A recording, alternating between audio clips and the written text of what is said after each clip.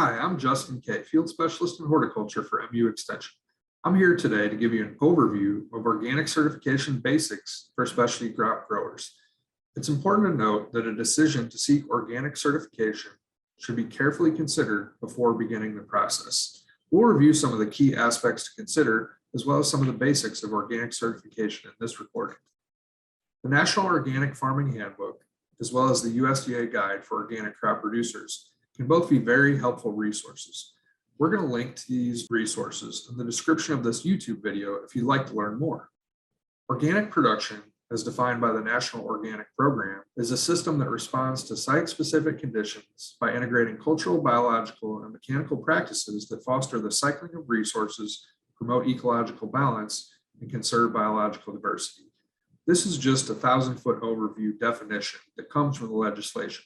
There's a lot involved in organic production, and it looks a lot different than conventional production. We're going to touch on more details of organic production in future videos.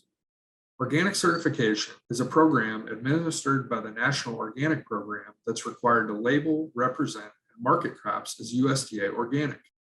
This involves following a system of rules, regulations, practices, and very importantly, record keeping.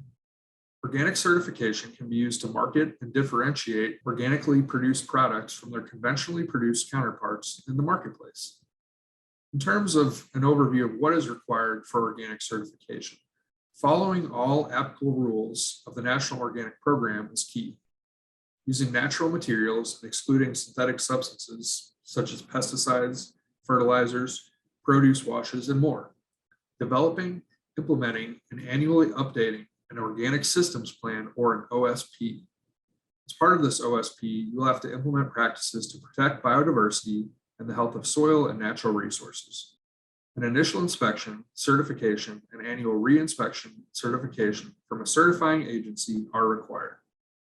Some of the benefits of organic certification include this: distinguishing your crops in the marketplace by using the USDA organic label. In some markets, price premiums may be available for crops that are certified under the USDA Organic Program. In many regions and parts of the country, there is growing consumer demand for organic fruits and vegetables.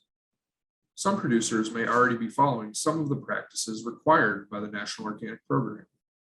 Some things to consider about organic certification. There is increased record keeping and paperwork required to both receive and maintain organic certification. This adds an increased burden to farm management. The price of inputs such as fertilizers, pesticides, and more will likely increase compared to conventional products. There are costs associated with both initial certification and annual recertification, although cost shares may be available. We're going to include a link in the video description to the Missouri Department of Agriculture Organic Cost Share Program. Organic certification requires learning a whole new type of production system that's more reliant on cultural controls, prevention, and an overall integration of an integrated pest management strategy.